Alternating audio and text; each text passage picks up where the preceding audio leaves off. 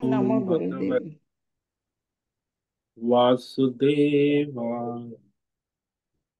ओम नमो भगवते वासुदेवाय। ओम नमो भगवते वासुदेवाय। ओम नमो भगवते वासुदेवाय। ओम नमो भगवते वासुदेवाय। ओम नमो भगवते वासुदेवाय। ओम नमो भगवते वासुदेवाय। ओम नमो भगवते वासुदेवाय। ओम नमो भगवते वासुदेवाय। ओम श्री परमात्मने नमो नमः। ओम गंगणपतये नमो नमः। ओम सं सरस्वत्यै नमो नमः। ओम गुरुभ्यो नमो नमः। ओम सहनाववतु सहनौ भुनक्तु सह वीर्यं करवावहै तेजस्विनावधीतमस्तु मा विद्विषावहै। ओम शांति शांति शांति ही। सदाशिव समारंभां शंकराचार्य मध्यमाम् अस्मदाचार्य पर्यन्तां वंदे गुरु परम वंदे गुरु परंपरा। ओम तत्सत।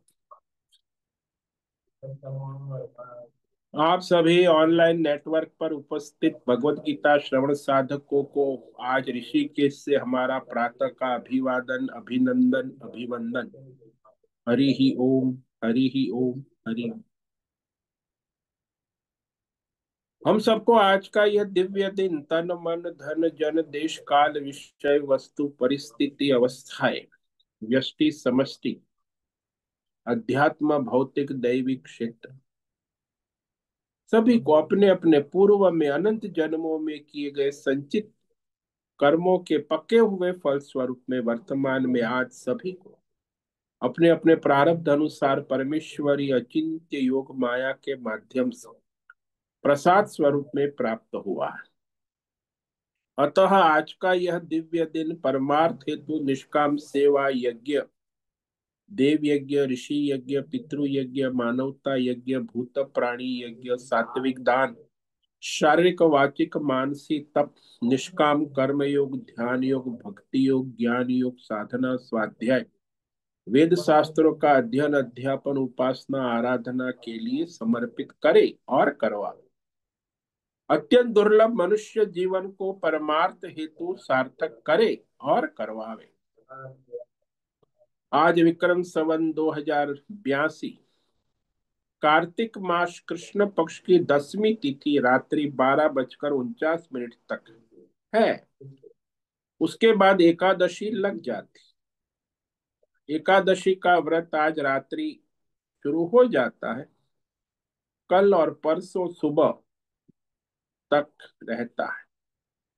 एकादशी व्रत 36 घंटे का होता है। और आज पूर्व फाल्गुनी नक्षत्र है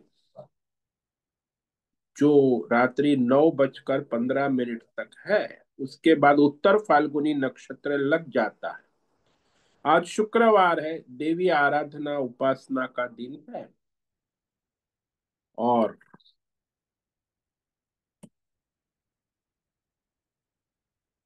हेमंत ऋतु चल रही। यहाँ ऋषिकेश का रात्रि का न्यूनतम तापमान सुबह 4 बजे का 7 डिग्री रहा है और दिन का दोपहर का 2 बजे का अधिकतम तापमान 25 डिग्री रहा है।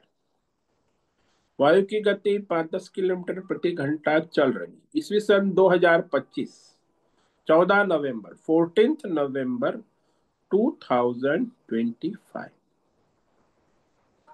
सुबह के 6:55 6:50 हो चुके हैं। कलयुग का प्रथम चरण 5126वां वर्ष, 7वां वैवस्वत मनवंतर, श्वेत वराह कल, ब्रह्मा जी का 26वां दिन और 51वां वर्ष अभी चल रहा है। जैसे अनंत कोटि ब्रह्मांडीय परमेश्वरी अचिंत्य योग माया में हमारा यह एक ब्रह्मांड, इस ब्रह्मांड में ये पृथ्वी लोक में समुद्र के ऊपर जम्बू द्वीप में विश्व का एकमात्र वैदिक राष्ट्र भारत में उत्तर हिमालय प्रांत में उत्तराखंड राज्य में टिहरी जी हिमालयन शिवालिक पर्वतमाला के अंतर्गत मणिकूट पर्वत के नीलकंठ महादेव के सामने ऋषिकेश नगरी में मुनि की रेती प्रांत शीशम जाड़ी अवधूतबाड़ा आश्रम के सी ब्लॉक के पहले माले से 5 नंबर कमरे से गंगा किनारे से हम स्वामी उत्तमानंद सरस्वती भगवद गीता के आचार्य शिष्य स्वामी चिन्मयानंद सरस्वती महाराज चिन्मय मिश्र कैवल्याद्वैत वेद व्यास भगवत पाद शंकराचार्य की श्रृंगेरी संन्यास परंपरा से शिक्षित दीक्षित सनातन वैदिक भारतीय हिंदू धर्म अनुसार संपूर्ण भगवत गीता ज्ञान यज्ञ ऑनलाइन चैतन्यमय जीवंत लाइव प्रसारण जूम एवं यूट्यूब के अंतर्गत व्याख्यान माला में अध्याय 13 अध्याय 14 गुणत्रय विभाग योग के श्लोक नंबर 3 पर संस्कृत एवं हिंदी में व्याख्यान करेंगे। दिव्य पवित्र सरल व्यावहारिक सटीक पूर्ण वर्ण अक्षर पद वाक्य पंक्ति श्लोक अध्यायों की संगति संधि अन्वय शब्दार्थ वाक्यार्थ भावार्थ रहस्यार्थ के यथार्थ तात्पर्य से वैदिक शास्त्र वेद व्यास साहित्य शंकर भाष्य एवं परंपरागत सन्यासी आचार्यों की टीका टिप्पणी सहित आज का यह भगवत गीता व्याख्यान करेंगे। कृपया आप सभी श्रद्धा भक्ति ध्यान से परिपूर्ण होकर के यह दिव्य श्रवण साधना करें, इसमें से कुछ ग्रहण करें, कुछ धारण करें, कुछ अपने जीवन में चरितार्थ करें और उसमें निरंतरता लाए। अपनी अपनी आध्यात्मिक भौतिक दैवी अशांति द्वंद्व मोह विक्षेपों से रहित होकर अधार्मिक अशास्त्रीय परंपरागत भ्रम भ्रांतियों से रहित होकर के अपने अपने शरीर इंद्रिय प्राण मन वचन कर्म से एक रूप एकाग्र होकर के शुद्ध सात्विक सूक्ष्म भगवत विवेक बुद्धि करे, वेद शास्त्र एवं आचार्य परंपरा अनुसार विवेक करे और करवावे। पुनः पुनः इस व्याख्यान का श्रवण करे, मनन करे, चिंतन लेखन करे, चर्चा विचारणा करे, प्रचार प्रसार करे, लिंक भेजे, ग्रुप में शेयर, अपना और सबका परम कल्याण करे और करवा। ओम तत्सत। ओम ओम ओम।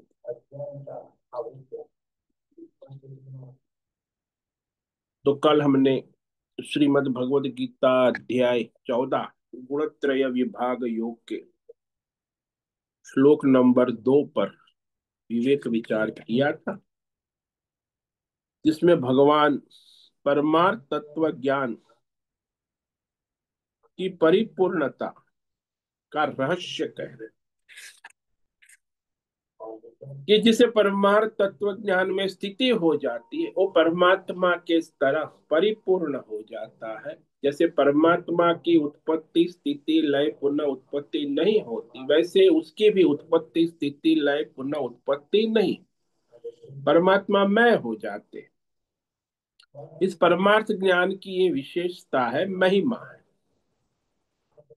वही कहा भगवान ने श्लोक नंबर 2 में, इदं ज्ञानमुपाश्रित्य मम साधर्म्यमागताः सर्गेऽपि नोपजायन्ते प्रलये न व्यथन्ति च। जैसे इस परमार्थ ज्ञान का आश्रय करके धारण करके मेरे परमार्थ स्वरूप को प्राप्त हुए मनुष्य फिर सृष्टि के प्रारंभ में उसका पुनर्जन्म या प्रलय में उसका लय और पुनर्जन्म नहीं होता है, वो परमात्मा के स्वरूप में स्थित हो जाता।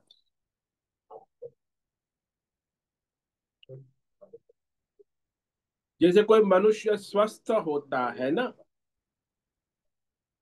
तो उसे डॉक्टर, मेडिसिन और उसके प्रिस्क्रिप्शन और उसकी प्रिकॉशंस ये कुछ करने की आवश्यकता है, क्योंकि स्वस्थ है ना। ऐसे जो परमात्मा में स्थित है उसे इस संसार में कोई कर्म बंधन नहीं है। लेकिन जो बीमार है, अज्ञानी है, संसारी है, तो उसे सारे कर्म, उपासना, फल का बंधन है। बीमार व्यक्ति होता है, वो अस्पताल जाता है डॉक्टर के पास, और डॉक्टर उसको सारा मेडिकल रिपोर्ट देखता है, डॉक्टर उसे मेडिसिन देता है, उसकी मात्रा निश्चित करता है, एक गोली सुबह, एक गोली और परहेज कहता है कि ये प्रिकॉशन रखना है, तब आप धीरे धीरे ठीक होंगे। क्यों ये सब करना है उसे, साधना क्यों करे? अरे तू बीमार है ना, बीमार नहीं है तो अस्पताल भी जाने की आवश्यकता नहीं है, डॉक्टर की दवाई लेने की, परहेज करने की, प्रमाण मात्रा समय से दवा ले, कोई बंधन है ही नहीं। कर्म बंधन कब आया? जब तुम बीमार हो। ऐसे ही जब तुम अज्ञान से बीमार हो, अज्ञानी हो, अपने परमात्मा स्वरूप में स्थित नहीं हो, तब ये सारे संसार के कर्म बंधन, जन्म मरण पुनर्जन्म संसार चक्र आ जाता है। और उसी में फिर अज्ञान है तो अहंकार से घूमता रहता है जीवात्मा। जब तक स्वस्थ नहीं होगा, स्वस्थ यानी अपने परमात्मा में स्थित नहीं होगा, तब तक ये माया रूपी रोग, बीमारी में घूमता रहेगा, इलाज करता रहेगा, फील गुड करता रहेगा, लेकिन उसको स्वस्थता प्राप्त नहीं होती। इसीलिए ये वेद शास्त्र आचार्य परंपरा से जो श्रोता लोग श्रवण करते हैं, आप लोग भी श्रोता है, श्रवण करते हैं, लेकिन शास्त्रों में कहा है श्रोता चार प्रकार के होते हैं। श्रवण तो सब करते हैं शास्त्र का, आचार्य परंपरा से, किंतु जो सात्विक श्रोता होता है, वो श्रद्धा समर्पण भक्ति से जैसा कहा गया शास्त्रों में आचार्य परंपरा से, वैसा का वैसा शास्त्र समझकर अपने जीवन में चरितार्थ कर लेता है, वो सात्विक श्रोता है। और जो राजसी श्रोता है,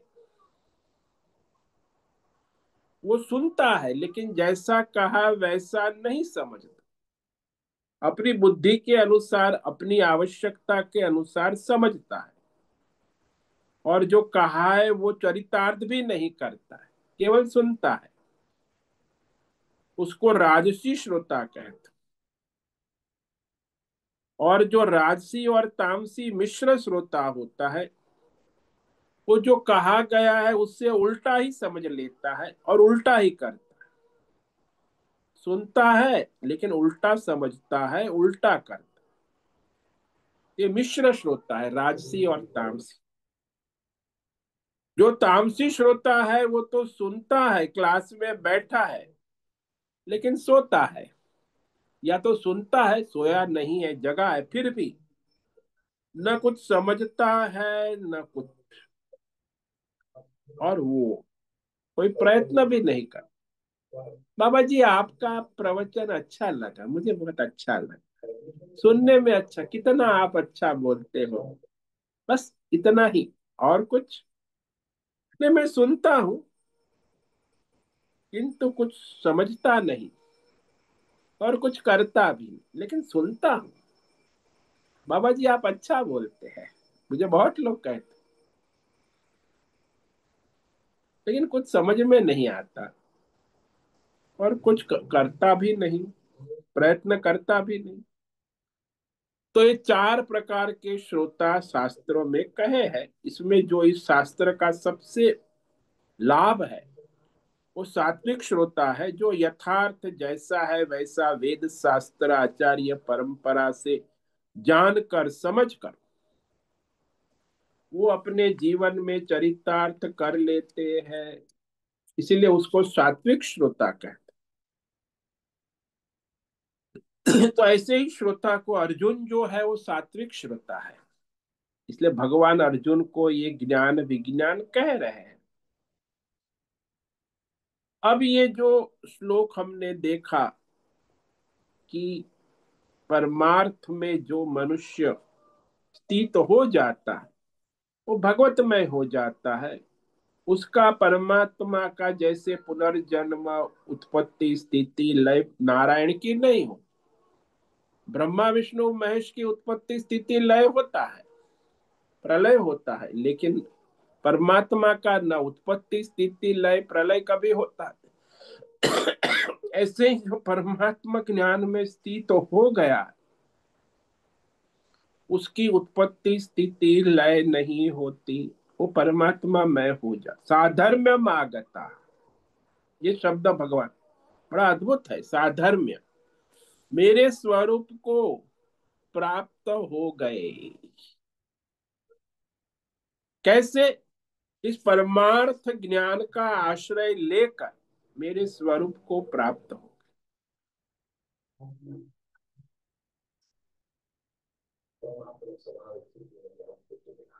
अब भगवान कहते हैं कि ये जीवात्मा और क्षेत्रज्ञ जो है और परमात्मा का एकत्व बोध टिकता है, शक्य है। वो कैसे? तो क्षेत्र और क्षेत्रज्ञ की सारी व्यवस्था जो यहाँ भगवान ने कही 13वें अध्याय में, इसमें जो हमारे जितने भी दार्शनिक है आजकल, पहले भी थे, सभी दार्शनिकों से विलक्षण भगवान यहाँ कुछ कहने जा रहे हैं। क्षेत्र क्षेत्रज्ञ की व्यवस्था कैसे है, जड़ और चेतन की व्यवस्था कैसे चलती है,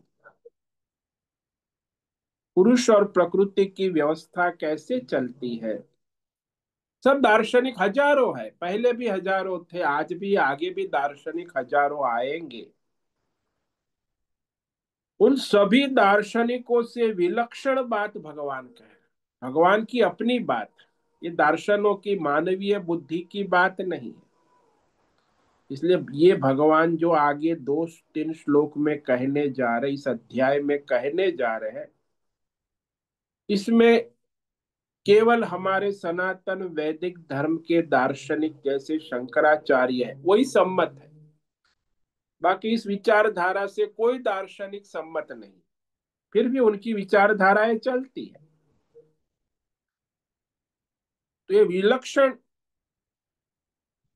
जो संसार में जीव और ईश्वर और देवी देवता की व्यवस्था कैसे चलती है, प्रकृति पुरुष का खेल कैसे चलता है, ये सारी व्यवस्था का रहस्य भगवान 2 श्लोक में कहने जा, बड़ा अद्भुत है, सूक्ष्म है, रहस्यमय, कैसे ये सारा खेल चलता है। तो वह जैसे जादूगर की जादूगरी दोनों मिलकर ही जादू के खेल करते हैं। अकेला जादूगर भी खेल नहीं करता, अकेली जादूगरी भी, जादूगरी जड़ है और जादूगर चेतन है। तो चेतन और जड़ दोनों मिलकर ही संसार का खेल चलता।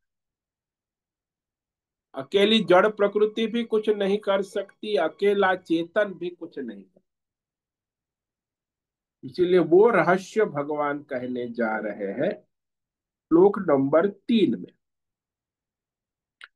मम योनिर्महद् ब्रह्म तस्मिन् गर्भं दधाम्यहम् संभव सर्वभूतानां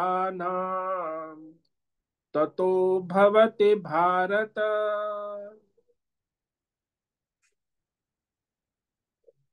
भारत, भगवान कहते जो परमार्थ ज्ञान में रत है उसको भारत कहते।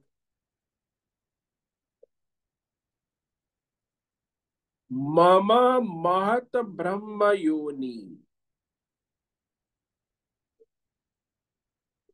मेरी ये जो मूल प्रकृति है त्रिगुणी माया,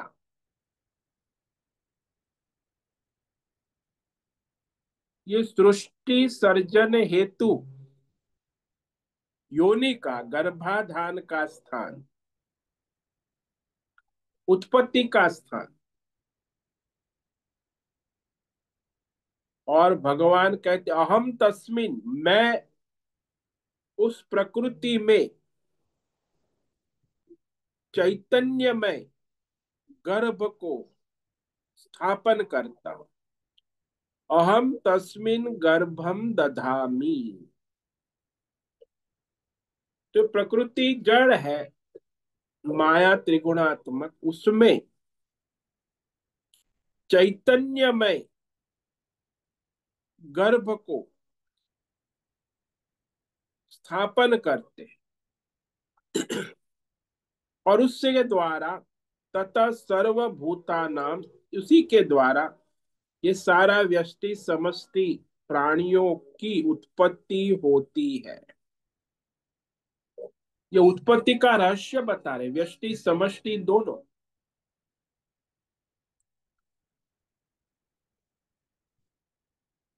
तो इसमें महत ब्रह्म जो योनि है कहा, महत ब्रह्म यानी प्रकृति त्रिगुणात्मक माया है जो मूल स्वरूप। यह समष्टि प्रकृति माया महत है, क्योंकि त्रिगुणी माया सब में व्यापक है। पंच महाभूत से लेके सृष्टि के सर्वत्र, इस संसार में व्यष्टि समष्टि में ऐसा कोई नहीं है जिसका इस त्रिगुणी माया से संबंध ना हो। यानी त्रिगुणी माया सबसे जुड़ी हुई, सब। हाँ, उसकी मात्रा भिन्न भिन्न है, कहीं कम है कहीं ज्यादा है। जैसे आकाश में सत्व गुण का प्राधान्य है, तो पृथ्वी में तमोगुण का प्राधान्य, वायु में रजोगुण का प्राधान्य, अग्नि में रजोगुण और सत्वगुण का प्राधान्य, जल में रजोगुण और तमोगुण का प्राधान्य। तो पंच महाभूत में भी त्रिगुणात्मक प्रकृति है। सत्वगुण रजोगुण तमोगुण सर्वत्र अधिक या कम मात्रा में व्यापक होने से उसे महत कहा। व्यष्टि समष्टि सब में व्याप्त है, इसीलिए उसे महत, सर्वव्यापक होने से उसको महत परिणामी कहते। तीन प्रकार का माप होता है, हमारे शास्त्रज्ञ आचार्य लोग मानते हैं। एक होता है अणु, सूक्ष्म, दूसरा होता है मध्यम, और तीसरा होता है महत। महत यानी सर्वव्यापक, अणु यानी सूक्ष्म, मध्यम यानी मध्य। तो यहाँ जो देश काल विषय आकाश आदि की तरह सर्व में व्यापक है, देश में काल में विषय में भौतिक अध्यात्म देव सर्व में व्यापक जो त्रिगुणात्मक प्रकृति है, उसी को महत कहते हैं, महत परिणामी कहते हैं। तो इसी प्रकार ये परमेश्वर की त्रिगुणी माया संसार के सभी व्यष्टि समष्टि अध्यात्म भौतिक दैव में हमेशा मिलावट कर उपस्थित रहती। यानी माया से अलग केवल परमात्मा ही है। सृष्टि में सर्वत्र त्रिगुणी माया परमात्मा के साथ रहती, हमेशा रहती, मिलावटी। इसीलिए इस त्रिगुणी माया प्रकृति को सर्वव्यापक होने से महत कह दिया। महत यानी सबसे बड़ी, बड़ा महत, माप उसका दिया ना, महत यानी माप, सबसे बड़ी है नारायणी, और उसके बाद नारायण। तो ये नारायण और नारायणी की जोड़ी है। ये माया त्रिगुणी है, उसको नारायणी भी कहते, नारायणी नमोस्तुते। प्रकृति भगवान की माया है। ठीक वैसे ही जैसे सोने के गहने में सोना व्यापक होता है, मिट्टी के बर्तन में मिट्टी व्यापक होती ही है, इसी प्रकार समस्त देश काल विषय पिंड ब्रह्मांड अध्यात्म भौतिक दैव व्यष्टि समष्टि सब की योनि, यानी उत्पत्ति सर्जन का आधार,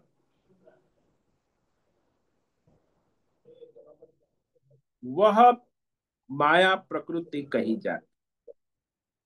संपूर्ण पिंड ब्रह्मांड का कारण होने से सारे विकार, उत्पत्ति स्थिति लय, उस विकार का भी कारण, उत्पत्ति में रजोगुण है, स्थिति में सत्व गुण है, लय में तमोगुण है, पुनः उत्पत्ति में रजोगुण है। तो उत्पत्ति स्थिति लय सब में उपस्थित जो है त्रिगुणी माया उपस्थित रहती, 24/7, प्रारंभ से अंत तक। इतना ही नहीं, उपस्थित रहकर सबका पालन पोषण भरण करने वाली भी है, इसलिए उसे नारायणी कह। संहार करने वाली भी है, इसलिए उसे शिव शक्ति कहते हैं। फिर पुनः सर्जन तो ब्रह्मा कह, तो उसको नारायणी शब्द से कहा जाता। ब्रह्म का अर्थ नारायणी भी होता, भगवान की माया। महद ब्रह्म शब्द यहाँ है।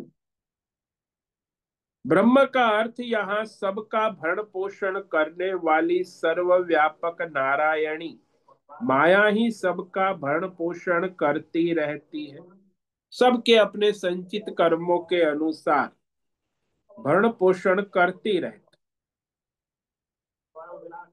इसीलिए इस नारायणी माया को ब्रह्म कह दिया भगवान ने इस श्लोक में।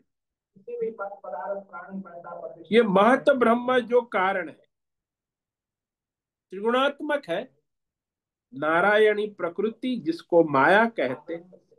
भगवान ने कहा मम, अर्थात ये मेरी परमेश्वर की दिव्य शक्ति है, हमेशा परमेश्वर के अधीन रहे। त्रिगुणी माया स्वतंत्र नहीं है, केवल परमेश्वर की ही है, और स्वयं स्वतंत्र नहीं। इसीलिए स्वातंत्र की निवृत्ति कराने के लिए स्पष्ट कहा दिया मम योनि महत ब्रह्म, ये मेरी दिव्य माया शक्ति जो है स्वतंत्र नहीं है, परमेश्वर के अधीन है। जैसे जादूगर है, जादूगर की जादूगरी शक्ति है, लेकिन जादूगरी स्वतंत्र नहीं है, जादूगर के अधीन है। और जादूगर स्वतंत्र है, जादूगर जादूगरी के अधीन नहीं है। इसीलिए जादूगरी हमेशा जादूगर के अधीन रहती है और खेल करती है। और जादूगर भी जादूगरी के द्वारा खेल करता है। जादूगर बिना जादूगरी के खेल नहीं करता, वो तो पूर्ण सच्चिदानंद स्वरूप रहता। लेकिन जब जादूगर जादूगरी का संग करता है तो खेल करता है। ऐसे परमात्मा जब नारायणी माया का संग करते, मिलावट होती, अध्यास होता है, तो ये संसार व्यष्टि समष्टि का माया का खेल शुरू हो जाता है। और जो संग छोड़ देता है तो अपना परमात्मा जैसे जीवात्मा भी माया का संग छोड़ देता है तो परमात्मा स्वरूप हो, और माया का संग करता है तो संसारी हो जाते, उत्पत्ति स्थिति लय वाला, आने जाने वाला। इसीलिए भगवान ने कहा मम महत ब्रह्म योनि। इस प्रकृति में त्रिगुणात्मक नारायणी माया में मैं चैतन्यमय गर्भ धारण कराता हूं। भगवान कहते चैतन्यमय गर्भ धारण।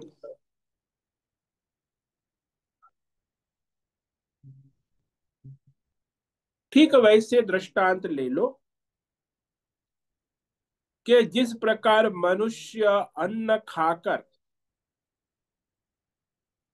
अन्न के द्वारा प्रविष्ट जो जीव है वह बीज बनाता है, पुरुष में बीज रूप में अन्न से परिणित हो जाता है,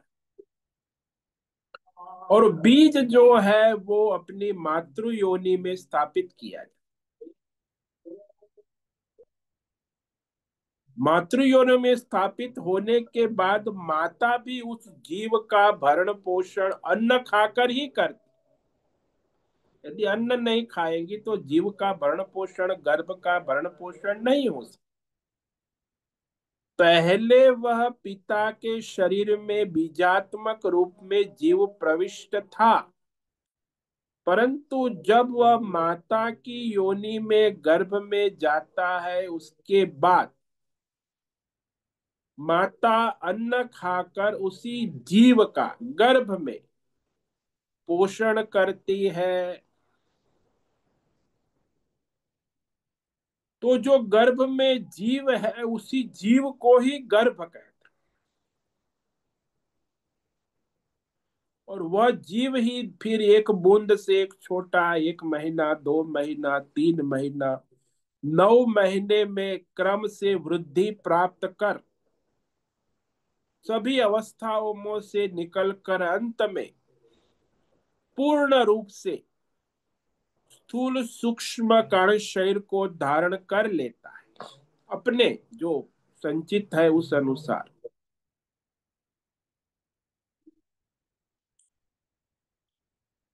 तो इसी प्रकार ये सारा जो जीव का उत्पत्ति स्थिति लय होता रहता। तो जब वो जीव का लय होता है तो वो भी परमेश्वर में ही लीन होता है। जीव परमेश्वर में लीन होता है, परमेश्वर से माया के संग से उत्पन्न होता है, परमेश्वर में रहते हुए माया के संग से संसार में उसका पालन पोषण होता। जीव स्वतंत्र नहीं, हर हाल में उत्पत्ति के समय, स्थिति के समय, लय में परमेश्वर के साथ ही होता है।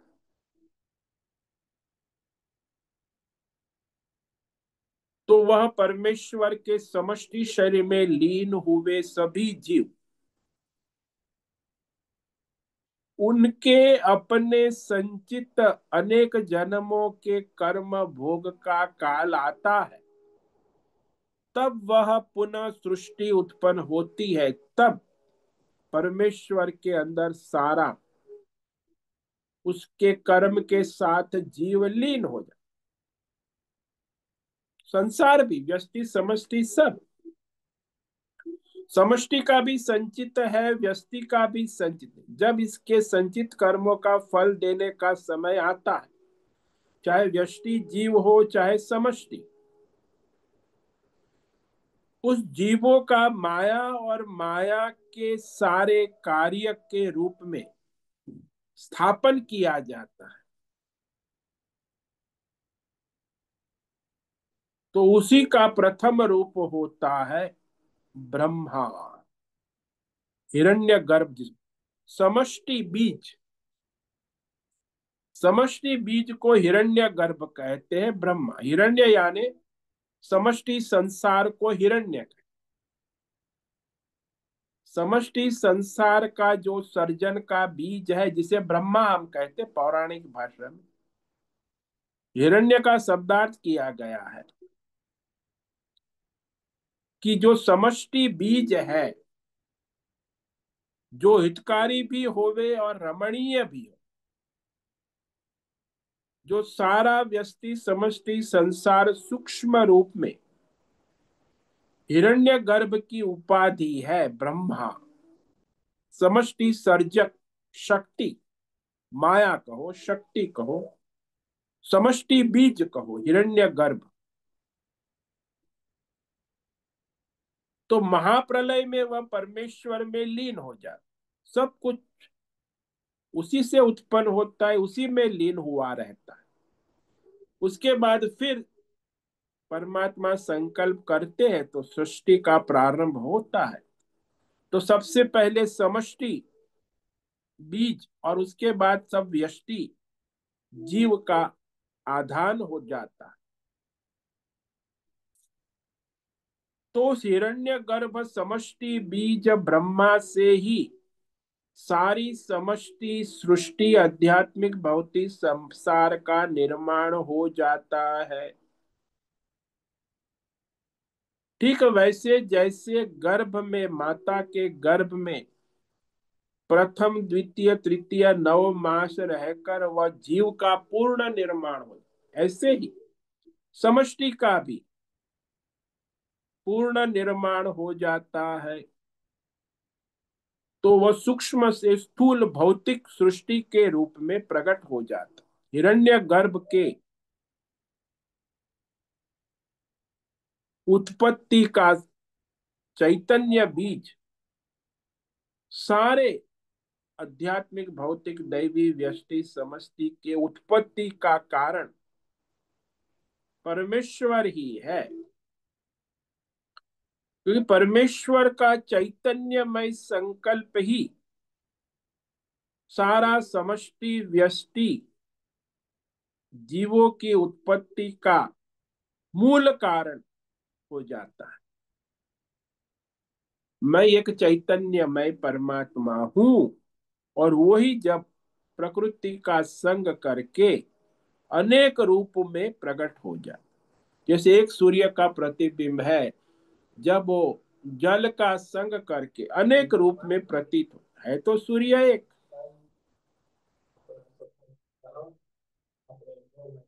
वैसे ही चैतन्यमय परमात्मा माया का संग करके अनेक रूप में प्रकट हो जाते हैं। दधामी,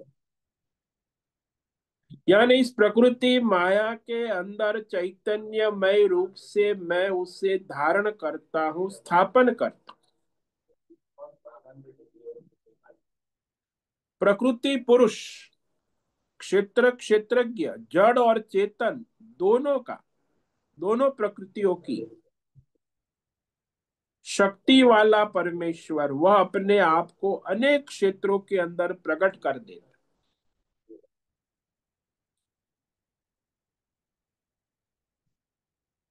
जैसे जादूगर है, अपनी जादूगरी का संग करके अनेक जादू के खेल प्रकट कर देता, ऐसे ही परमेश्वर अपनी माया शक्ति का संग करके अनेक प्रकार की सृष्टियों का सर्जन कर देता है। यानी सबको धारण करने वाला, माया सहित सारे संसार को धारण करने वाला परमेश्वर है।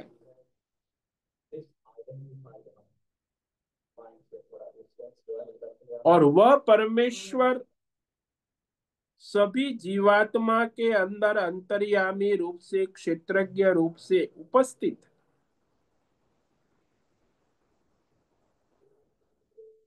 जब वो व्यष्टि उपाधि को धारण करता है, अविद्या कामना कर्म उपाधि से क्षेत्रज्ञ कहा जाता, क्षेत्र के साथ तादात्म्य कर क्षेत्र को धारण करता है, तब वह जीवात्मा क्षेत्रज्ञ परमात्मा ही कहा जाता। उपाधि से रहित वो ज्ञ परमात्मा है, उपाधि क्षेत्र की उपाधि के सहित सोपाधिक क्षेत्रज्ञ कहा जाता है। तो सारे चींटी से लेके ब्रह्मा विष्णु में सभी क्षेत्र जीवात्मा के अंदर सबकी कामनाएं, संचित कर्म, वासनाएं अलग अलग भिन्न भिन्न होती है। ये सारे जीव भिन्न भिन्न प्रकार के सात्विक, राजसी, तामसी मिश्र कर्म करते रहे, अपनी अपनी प्रकृति के अनुसार। यह विवेक रखना आवश्यक है। इस प्रकरण के अंदर क्षेत्रज्ञ को एक परमेश्वर के रूप में ही कहा गया है। जितने भी क्षेत्र है नाम रूप गुण दोष उपाधि के अंदर प्रतीत होने के कारण क्षेत्रज्ञ संसारी जीवात्मा रूप में प्रकट हो जाता है। अर्थात क्षेत्र संसार जो है आध्यात्मिक भौतिक दैवी के साथ क्षेत्रज्ञ जीवात्मा जो परमात्मा उसका संबंध मिलावटी संबंध हो जाता है। ये मिलावटी संबंध जिसको आभास अध्यास कहते हैं, उसी के कारण वह जीवात्मा संसार में अनेक प्रकार के कर्म करता है, उसके फल भोगता है। ठीक वैसे ही जैसे एक कलाकार अपने पात्र का संग करके पात्र के अनेक प्रकार के सुख दुख मिश्र फल भोगता है, पात्र के फल कलाकार ही भोगता है। हालांकि पात्र जो है वो काल्पनिक है, लेकिन जब कलाकार और पात्र का संबंध होगा तभी तो वो नाटक होगा ना, खेल। जैसे जादूगर और जादूगरी का संग होगा तभी तो जादू के खेल होंगे। बिना संबंध के जादू के खेल नहीं हो सकते। कलाकार और पात्र का संग हो तभी नाटक होगा। जादूगर और जादूगरी का संग होगा तभी जादू के खेल होंगे, अन्यथा नहीं।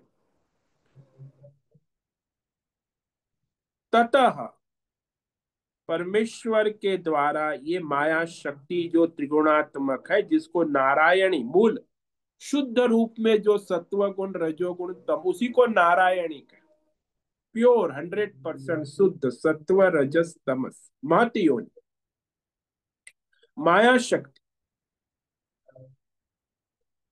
और उसमें गर्भ धारण कराने से परमात्मा चैतन्य में सर्वभूता नाम, तो जब चैतन्य में परमात्मा का संग होता है तभी माया जो है ये ब्रह्मा का रूप धारण कर समष्टि सर्जन शक्ति के द्वारा सभी प्राणियों की व्यष्टि समष्टि की उत्पत्ति संभव हो जाती, संभव भवती। तो सारे के सारे आध्यात्मिक भौतिक दैव व्यष्टि समष्टि प्राणी उससे उत्पन्न होते, प्रकृति और पुरुष के संबंध से। और भगवान जो चैतन्यमय परमात्मा है, उनके चैतन्यमय संकल्प से समष्टि गर्भाधान, उसी से ये त्रिगुणी माया प्रकृति सारे संसार को प्रकट करने लगती है। वरना प्रकृति बिना चैतन्यमय संकल्प के, इस जादूगर के संकल्प से ही जादूगरी जादू के खेल उत्पन्न करने लगे। ऐसे ही परमात्मा के चैतन्यमय संकल्प से त्रिगुणानी माया इस सारे संसार को प्रकट करने वाली बन जाती, तो प्रकट करती है। तो इस प्रकार सभी दार्शनिक जो मानते हैं प्रकृति और पुरुष के बारे में, जड़ और चेतन, ये दोनों तत्व, इसका भी भगवान ने यहाँ निराकरण कर दिया बात।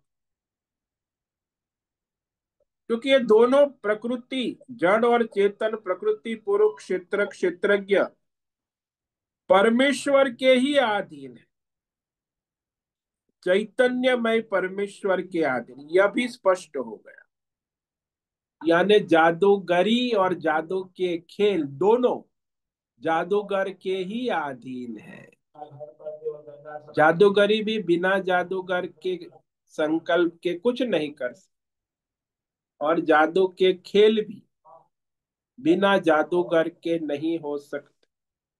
तो जादूगरी और जादू के खेल दोनों जादूगर के संकल्प और चैतन्य से ही होते हैं। ऐसे ही परमात्मा के चैतन्यमय संकल्प से ये माया सारा व्यष्टि समष्टि का संसार खेल करती रहती है। तो इस प्रकार आज हमने इस श्लोक पर विवेक विचार किया है। ये बड़ा अद्भुत रहस्यमय श्लोक है, जो दुनिया की सभी दार्शनिक विचारधाराओं का खंडन करता है। कि सारी सृष्टि का जो मूल आधार है वो चैतन्यमय परमात्मा का संकल्प है, और उसी के द्वारा ये सारी माया और माया से उत्पन्न सृष्टि अपना अपना कार्य उसी के अधीन करती रहती। तो इसके बाद आगे जो श्लोक है चौथा, उसमें सारी सृष्टि अध्यात्म भौतिक देव का परमेश्वर से ही उत्पत्ति, स्थिति, लय, पुनः उत्पत्ति होती है, ये कंफर्म कर संगति करते कि भाई परमेश्वर के सिवा कुछ नहीं है। जादूगर के बिना जादूगरी और जादू के खेल कुछ नहीं हो सकते। उसी को वो दृढ़ करते हैं भगवान। ये श्लोक आज पढ़ेंगे, इस पर विचार कर करें। सर्वयोनिषु कौन्तेय मूर्तय संभवन्ति याः तासां ब्रह्म महद् योनि अहम बीज प्रदपिता। तो जितनी भी योनि है, देव दानव मानव सात्विक राजसी तामसी आध्यात्मिक सब योनियों में जो स्थूल सूक्ष्म कण शरीर उत्पन्न होते हैं, उनका माता स्थानीय कारण महद ब्रह्म त्रिगुणी माया नारायणी है। और उस नारायणी पर में चैतन्यमय संकल्प बीज को धारण करने वाला, आधान करने वाला मैं परमेश्वर पिता हूं।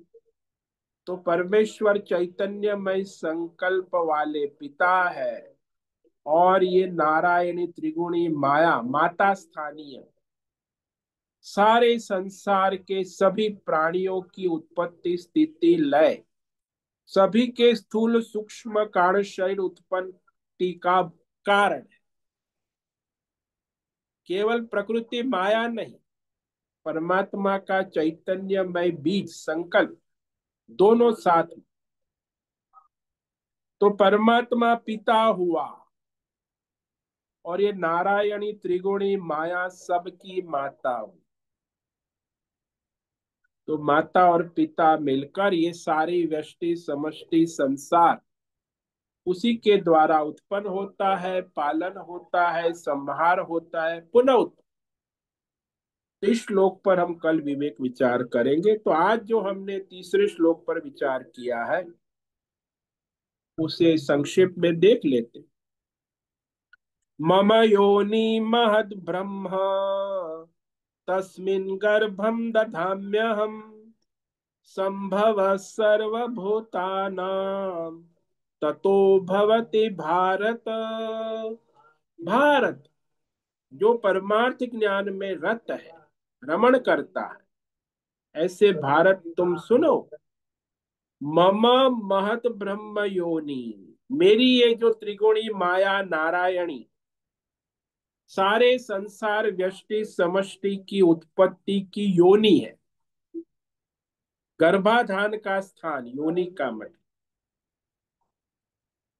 और मैं परमात्मा उस योनि में चैतन्यमय संकल्प को स्थापन कर,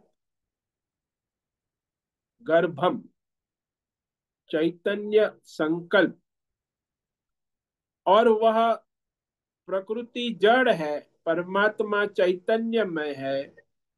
प्रकृति और परमेश्वर के संयोग से सारी व्यष्टि समष्टि सृष्टि की उत्पत्ति होती रहे, संभव भवती। सर्वभूतानाम, सारे 84 लाख जीव, मनुष्य लोक, देव लोक, सभी अध्यात्म भौतिक दैव, सबकी उत्पत्ति होती है परमात्मा और माया। जैसे जादूगर और जादूगरी के संग से सारे जादू के खेल उत्पन्न होते हैं। ओम नमो नारायणाय, ओम नमो नारायणाय, ओम नमो नारायणाय, ओम नमो नारायणाय, ओम नमो नारायणाय।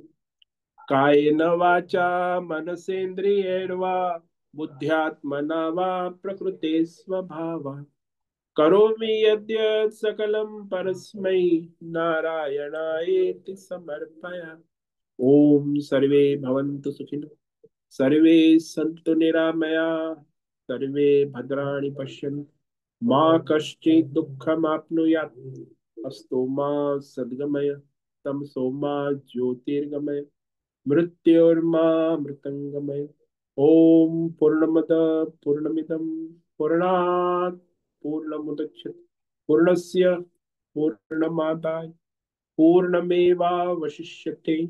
ओम शांति शांति शांति।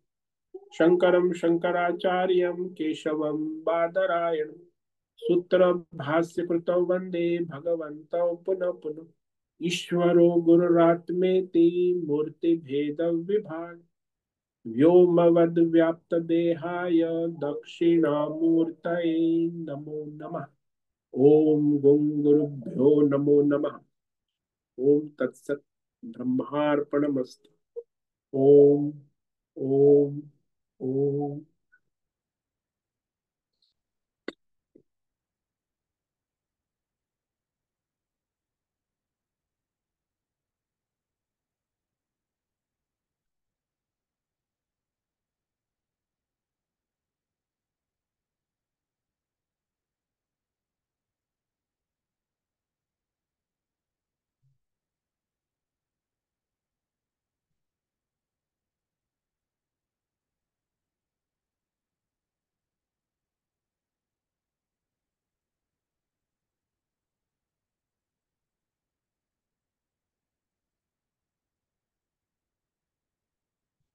प्रश्नोत्तरी का समय है। किसी भी साधक को प्रश्न है, वो अभी प्रश्नोत्तरी कर सकते।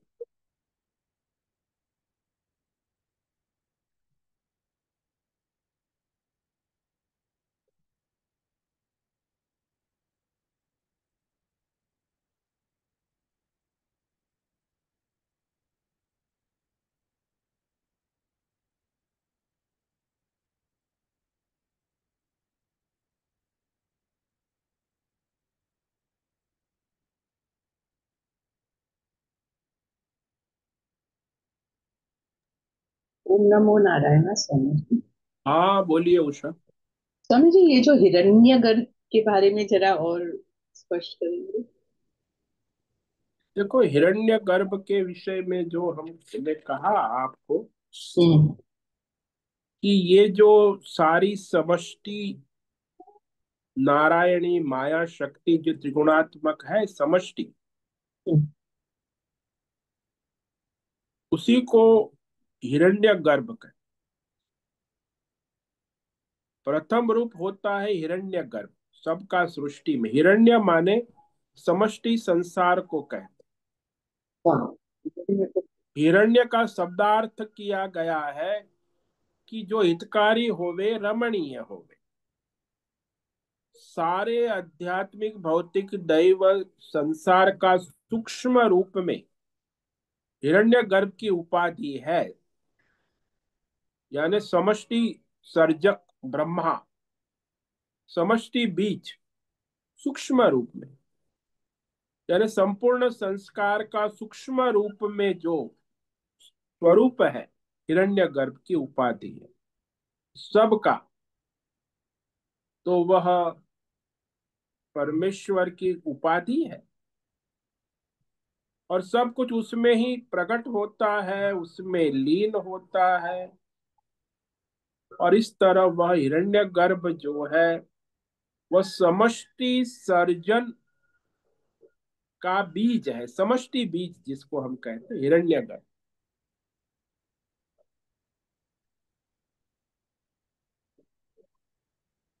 समष्टि संसार को हिरण्य कहते हैं और गर्भ को बीज कहते हैं। समष्टि संसार के उत्पत्ति का बीज, जिसके द्वारा सारे समष्टि संसार की उत्पत्ति होती, जिसको पौराणिक भाषा में हम ब्रह्मा कहते हैं।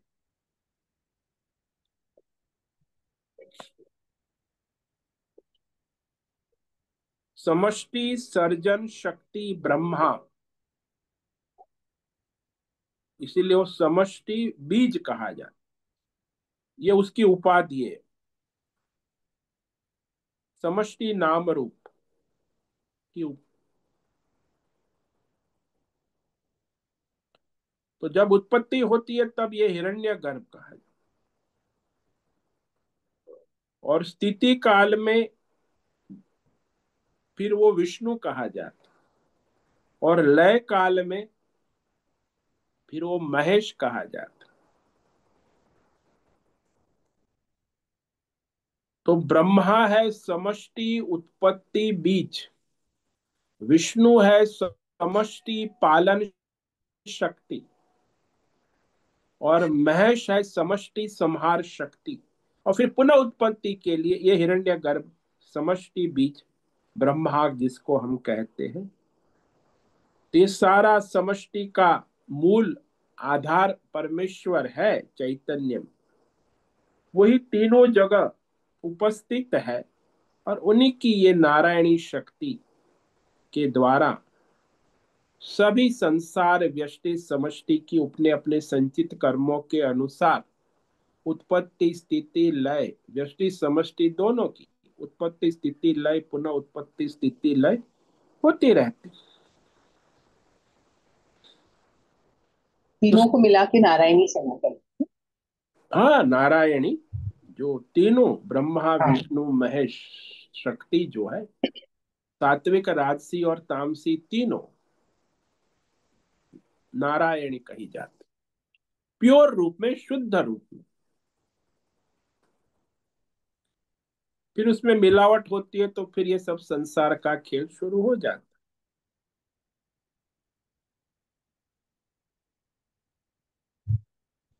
शुद्ध सत्व गुण, शुद्ध रजोगुण, शुद्ध तमोगुण को नारायणी सेना कहते हैं। ये नारायण और परमात्मा जो है वो तो उस नारायणी सेना के अधिपति है। जैसे अर्जुन को भगवान ने पूछा था क्या चाहिए, तो भाई मुझे तो आप चाहिए, आपके सिवा। और दुर्योधन को क्या चाहिए, तो उसको नारायणी सेना। तो त्रिगुणी प्रकृति उसने मांगी, माया। हाँ। तो नारायण के सामने वो कहाँ टिकेंगी, नारायणी। तो नारायणी सेना ले गया दुर्योधन, बड़ा खुश हुआ कि नारायणी सेना मेरे पास है, त्रिगुणी माया। लेकिन नारायण तो वहां है अर्जुन के पास, तो कहाँ से जीतेगा भाई। जादूगर को ले गए तो जादूगर ही क्या करेंगे, जिसके पास जादूगर है तो जादूगरी उसी के अधीन रहती है, जादूगरी थोड़ी स्वतंत्र है।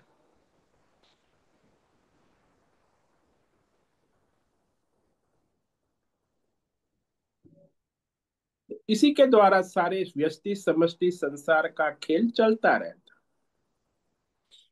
नारायण नारायणी दोनों के संग से होगा। इसलिए जब जीवात्मा नारायणी का संग छोड़ देता है तो नारायण स्वरूप हो जाता है। और जीवात्मा जब नारायणी का संग करता है, नारायण का संग छोड़ देता है, तो संसारी हो जाता है। अच्छा।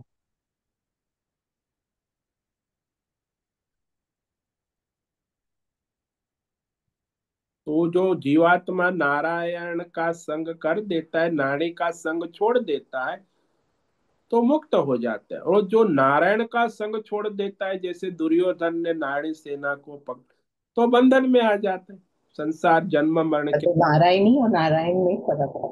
हाँ, संग किसका करता है? जीवात्मा।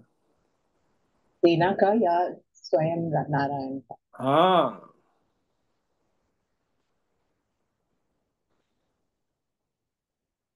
बहुत बहुत धन्यवाद सर। ओम नमो ओम नारायण। नमो नारायण।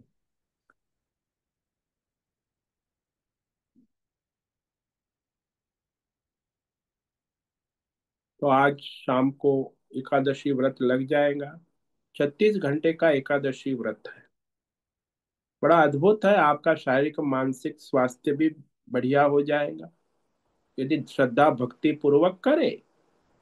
हो सके तो निर्जला करे, या तो जल पी के करे, या जल से भी नहीं हुआ तो दूध पी के करे। दूध से भी 36 घंटा ना हो तो फिर फल ले ले। लेकिन ये पकोड़े फकोड़े ये कुछ मत खाए। साबूदाना के पकोड़े और ये खीर और पूड़ी। तो सात्विक व्रत करे, जो राजसी तामसी व्रत ना करे। आजकल सब ज्यादा व्रत सात्विक होते ही नहीं, सब राजसी तामसी व्रत ही होते। व्रत भी तामसी हो गए, राजसी हो। इसलिए एकादशी व्रत करे श्रद्धा भक्ति से।